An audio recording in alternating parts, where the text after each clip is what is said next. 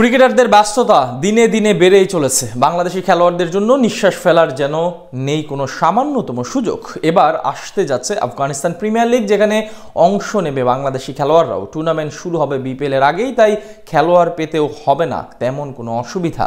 তবে কি নতুন লিগে দেখা যাবে মুস্তাফিজুর রহমান, রিশাদ হোসেনদের? জানবো প্রতিবেদনে। সময়ের সঙ্গে তাল মিলিয়ে বদলে যাচ্ছে ক্রিকেট বিশ্ব। একসময় যেখানে ক্রিকেটারদের ব্যস্ততা সীমাবদ্ধ ছিল আন্তর্জাতিক সিরিজ আর কয়েকটি নির্বাচিত ফ্র্যাঞ্চাইজি টুর্নামেন্টে, এখন সেখানে যেন বিশ্রামের সুযোগই নেই। একের পর এক লিগ, দ্বিপাক্ষিক সিরিজ, বিশ্বকাপ, চ্যাম্পিয়নশিপ, সব মিলিয়ে ক্রিকেটারদের ক্যালেন্ডার ভরপুর। নিঃশ্বাস নেওয়ার সুযোগ পর্যন্ত কই। একটা সময় ফ্র্যাঞ্চাইজি ক্রিকেট বলতে বোঝানো হতো শুধুমাত্র আইপিএল, বিপিএল কিংবা বিগ ব্যাশকে।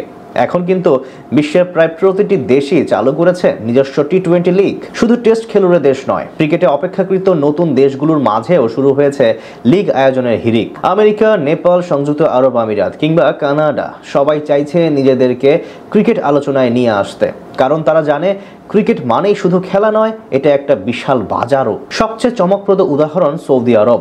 বিলিয়ন ডলারের বাজেট নিয়ে তারা প্রস্তুত হয়ে আছে। লক্ষ্য একটাই, বিশ্বের সেরা খেলোয়াড়দের নিয়ে গড়তে চায় এমন একটি লিগ যা সরাসরি টেক্কা দিতে পারে আইপিএলকেও। এই ধারাবাহিকতার মাঝে ক্রিকেটারদের আরাম আয়েশে যেন ছেদ পড়েছে।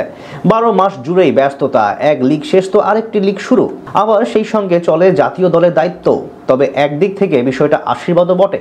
এত লিগ, এত ম্যাচ মানে ক্রিকেটারদের আয়ের পথও বহু গুণে বেড়েছে।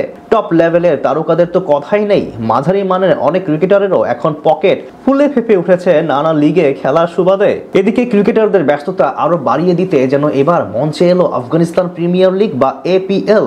দীর্ঘদিন ধরেই টেস্ট মর্যাদা পাওয়া দেশটি নানা প্রতিকূলতার মাঝে নিজেদের অবস্থান গুছিয়ে নেওয়ার লড়াই চালিয়ে যাচ্ছিল। কিন্তু কাঠামোগত সীমাবদ্ধতা, বিশেষ করে আন্তর্জাতিক মানের ভেন্যুর অভাব তাদের উন্নয়নের পথে বড় বাধা হয়ে দাঁড়িয়েছিল।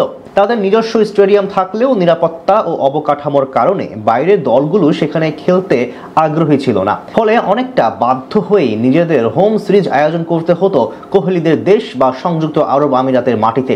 তবে সময়ের সঙ্গে সঙ্গে আফগানরা ধীরে ধীরে নিজেদের ক্রিকেট বোর্ড ও অবকাঠামোকে সুসংগঠিত করেছে।